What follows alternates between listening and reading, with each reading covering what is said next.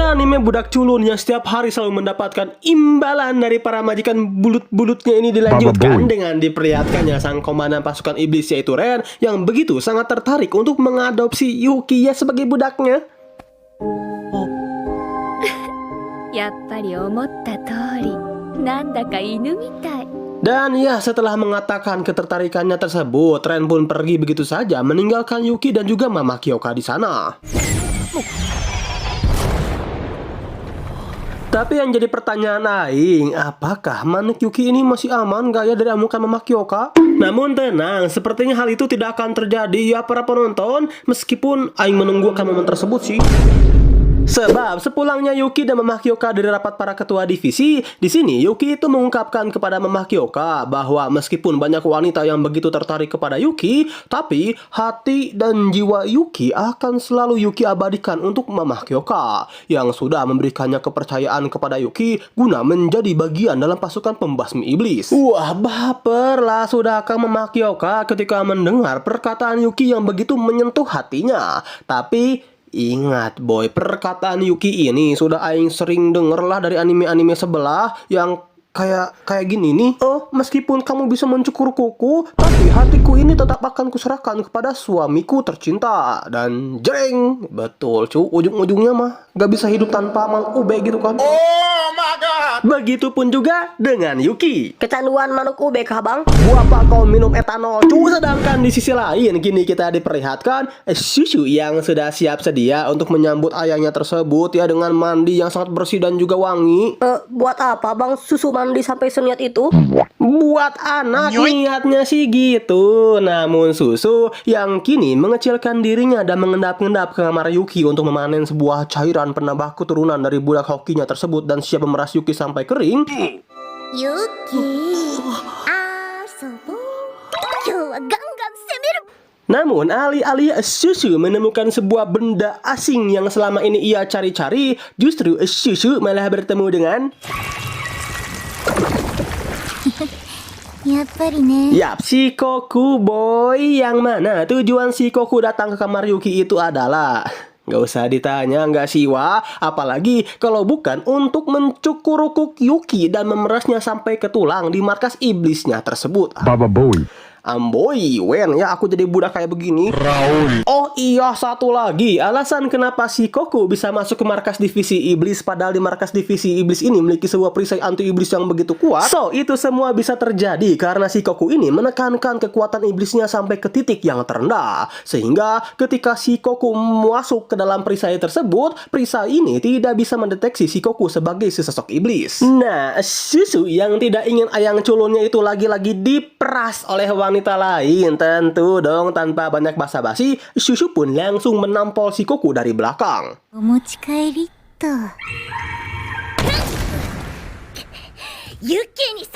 Wah, Shikoku yang sadar bahwa dirinya baru saja ditampol oleh seorang prajurit kroco seperti susu tentu membuat Shikoku ini juga sangat marah brutal ya teman-teman. Namun ketika Shikoku akan mengirim susu ke isekai, muncul juga Inichi Mama Tenkaku sayang.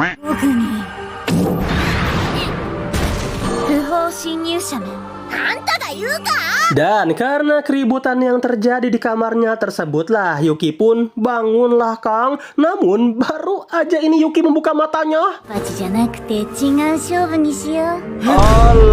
alamak, bayangin teman-teman kalian nih ya, malam-malam capek gitu habis ngerjain pekerjaan rumah kah, kuliah kah, sekolah kah, atau kerja kah.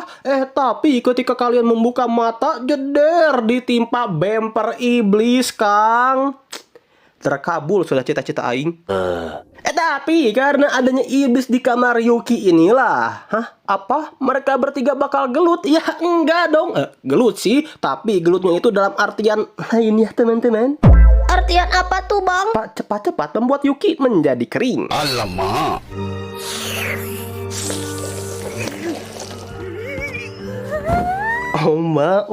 Oma. Susu yang awalnya hanya bisa melihat saja ketika sang ayang tengah dikewer-kewer, tentu dong berniat untuk join juga. Tapi ketika baru saja Susu melangkah, Susu mulai merasa ada yang aneh nih dengan situasi yang sekarang. Secara kan sebucin-bucinnya Mbak Tenka, seingin-inginnya Mbak Tenka mengini, mengitu, dan bersama Yuki, Mbak Tenka tidak mungkin membiarkan gadis lain, apalagi gadis tersebut merupakan sesosok iblis yang ikut mengkewer-kewer Yuki bersama dengan dirinya. Dan betul saja dugaan Susu, ternyata semua hal yang Susu lihat selama ini itu adalah sebuah ilusi yang sudah diciptakan oleh Shikoku untuk membunuh mereka berdua. Tapi ketika Shikoku baru saja akan melodok-lodok Susu dan juga Mbak Tenka,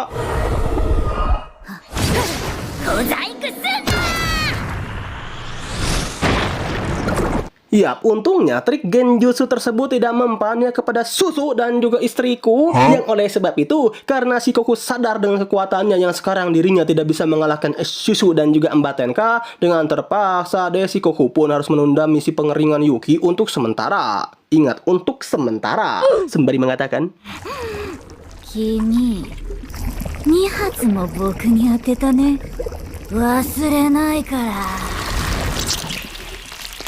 and ya, karena penyusupan tersebut ditambah di sini ada Mbak Tenka juga, maka rencana Susu yang ingin memeras Yuki sampai kering ke tulang dan membuatnya meletup-letup seperti letusan gunung berapi pun harus ditunda juga ya para penonton. Agak kecewa Juniku.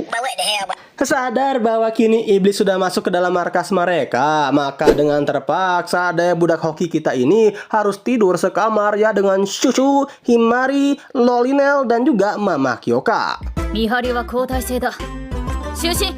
Nah, di sini nih Susu yang sadar bahwa rencana pertamanya untuk mengeringkan sang ayang dan membuatnya meletup-letup seperti gunung berapi yang meletup dengan hebat gagal. Susu pun memanfaatkan situasi ini untuk diam-diam menguras budak hoki culun kita.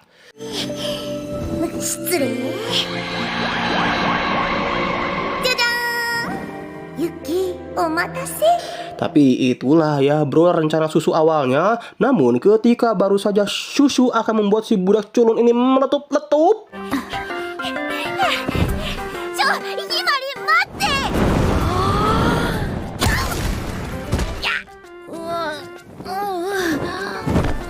ya lagi-lagi rencana Susu untuk membuat sang ayang meletup pun harus gagal ya, karena si Himari yang malah ngigau bejir-bejir. Dan alih-alih Susu lah yang membuat Mamang Yuki kering, justru oi. Jangan bilang si Lolinel nih Kang yang membuat Yuki kering. Tentunya tidak dong ya. Ya kalau iya pun nggak akan Aing liatin juga sih. Kenapa bang? Bukannya abang suka loli? Suka sih suka bro, tapi kalau sampai masuk ke adegan deh. Sudahlah ya, Aing tidak mau dipenjarui lagi. に来ちゃったんだ。姉ちゃん、ほら、布団に。 Sebab ya tujuan Lolinel mendekap Yuki sekarang itu adalah karena Lolinel benar-benar sedang angen banget kepada kedua orang tuanya yang sudah lama menghilang di kota iblis ini. Yuki yang melihat Lolinel kini tengah menangis angen kepada orang tuanya, dengan lembut menyeka air mata Loli malang tersebut sembari mengatakan dengan halus, 大丈夫。きっと見つかるよ。 Di tempat yang berbeda, Ren yang mengetahui bahwa kini sang budak incarannya tersebut benar-benar diperebutkan oleh semua orang, nampak makin tertarik dan penasaran ya kepada Mamang Yuki kita. Dan Ren juga semakin ingin menjadi majikan dari Yuki. Ya, aku mah cuma nunggu imbalannya aja nanti. Baba Boy. Wakura Yuki. Ka? Watashi ga moraitaku naru wa? Yang oleh sebab itulah saking terobsesinya sang komandan ini kepada si budak culun, kini kita diperlihatkan ketika Yuki dan Nel tengah memantau keadaan di markas mereka yang mungkin saja ada sesosok iblis yang menjebol perisai tersebut. Tiba-tiba saja muncullah 上から見られてる気配がしたような。上だと。見てたわよ。 Tapi bang, sebelum lanjut ke alur ceritanya, imbalan yang didapatkan Yuki dari Lolinel itu apa bang? Segitunya kah Anda ingin buat loli cucu? Ya untungnya sih di sini cuma dilus-lus doang ya. Jadi amankan admin YouTube. Ya, tiba-tiba saja muncullah Ren yang semakin tertarik gitu kan ketika mengetahui bahwa ternyata kekuatan budak culun Yuki ini bisa berpindah majikan. Yang oleh karena hal tersebut, Ren pun memaksa kepada Mama Hyoka bagaimana jika mulai saat ini Yuki akan ia pelihara untuk sementara. Tapi jika Mama Hyoka tidak mau, setidaknya ya Ren nyobain sekali lah. 面白い拡張じゃない。私も試したいわ。 Wah, makin bete lah ini Mama Hyoka mendengar akan hal tersebut. Yang oleh sebab itulah di sini Mama Hyoka pun langsung menolak permintaan dari Ren. Ya, karena selain hal tersebut benar-benar membebankan tubuh Mama Hyoka karena energi yang diperlukan juga besar. Sebesar apa tuh bang? Dosa antum. Mama Hyoka juga tidak ingin bahwa budak yang ia cintai sampai ditumpaki ya oleh wanita lain tanpa persetujuan Mama Hyoka. Mendengar penolakan dari Mama Hyoka, Ren pun menjawab, ya, nggak usah praktekin juga sih, jijik juga kalau aing dengarnya cu. Tapi ya bukan berarti Ren itu menyerah begitu saja ya Kang untuk menumpaki budak culun super hoki kita. Yang mana ketika Ren mengetahui bahwa Yuki bisa ditumpaki oleh dirinya saja, untuk sekarang hal itu sudah cukup kok. Dan ya setelah mengetahui akan hal itu, Ren pun pergi deh meninggalkan Yuki dan juga Mama Hyoka. また今度ね、和倉優希。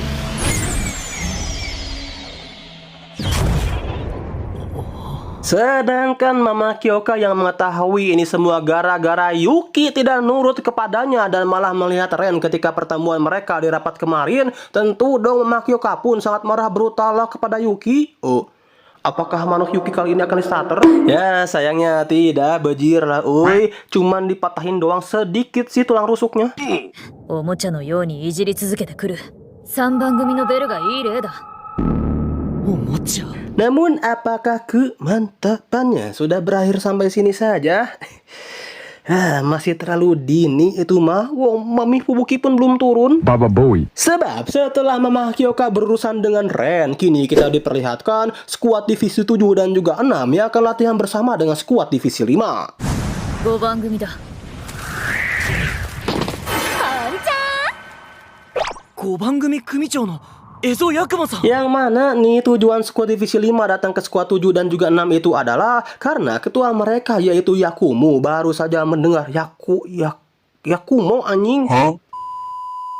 Baru mendengar dari komandan mereka yaitu Ren tentang Yuki yang bisa berganti majikan dengan orang lain. Yang oleh sebab itu, ya mari kita tunggu sajalah ya seberapa mantap, seberapa seger dan seberapa menegangkannya Yuki ketika nanti dirinya akan dipakai oleh seluruh para pemimpin divisi yang ada. Alamak. Lah bukannya Mama Hyoka sangat menentang keras ya bang jika budaknya digilir seperti ini?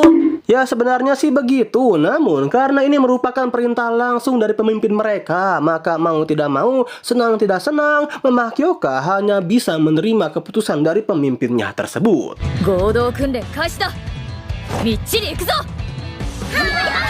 Dan ya, scene ini juga sekaligus menutup alur cerita dari anime yang berjudul Andai Aku Jadi Budak Culun Maka Aku Beri Keturunan Semua Majikanku. Episode yang kedua pun tamat, mamang. ゆうきくんの料理楽しみだな。家事なら任せてください。私は稼ぐよ。